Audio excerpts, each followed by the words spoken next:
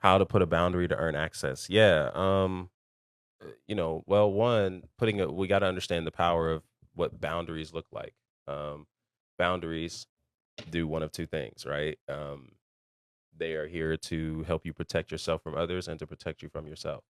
So your boundaries are typically going to be a reflection of your values. So before we just start saying what isn't and what is, because this is kind of going to go into a long topic of conversation, but I'm going to try to minimize it because sometimes those rants can go forever. But to just put it into digestible things, your boundaries are a reflection of your values, and your values are oftentimes, or really, a centerfold, a reflection of your identity.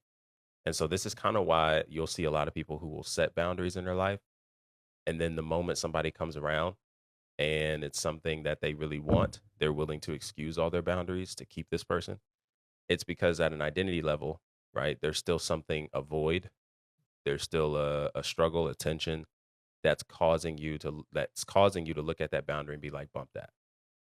So this is kind of why you might have a few good days in that boundary, but then all of a sudden you're going back to the places of, whether that's hurry, passion, shame, guilt, all the things that might push you to look at that boundary and be like, nah, bump that. I want to give this person everything today. Right.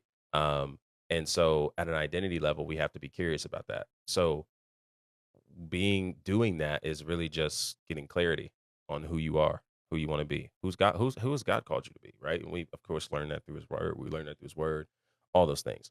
But then when you set a boundary and you're setting that applicably, we're going back to values. So your values, by definition, is attitudes, perspectives, beliefs, principles that govern your life among the world around you. Okay, this is a custom definition from a good friend and coach of mine, Dr. Zeb, phenomenal in this space. And so I encourage you guys to check his work out. He has a TikTok as well, Zeb Tally the third. Um, but yeah, we want to be careful. All right. So when I set my values or when I set my boundaries, I'm coming back to what I value. So if you were to put a list of at least 5 to 7 things you say you value, this is where we should develop our boundaries.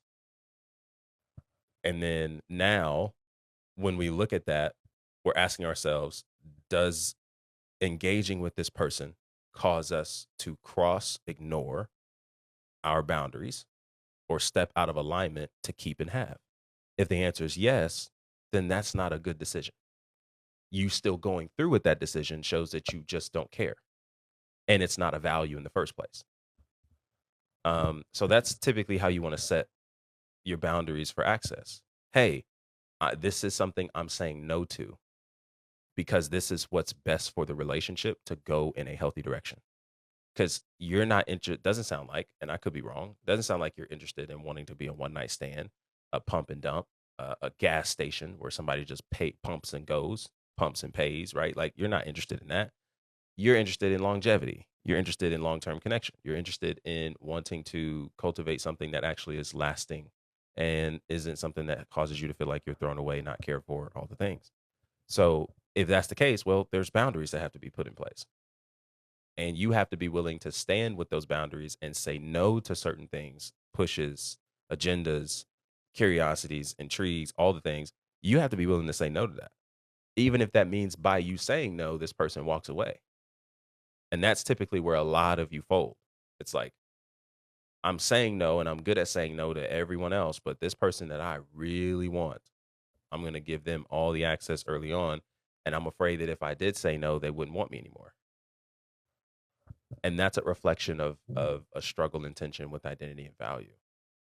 So tangibly, write out your values, and then based off the values that you establish, there comes your boundaries. What are you saying no to?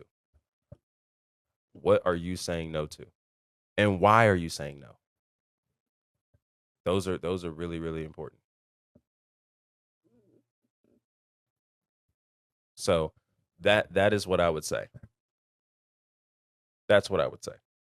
And I hope that makes sense. And that's really an applicable thing that you can engage with moving forward that I think will help you see a difference in your relationships altogether.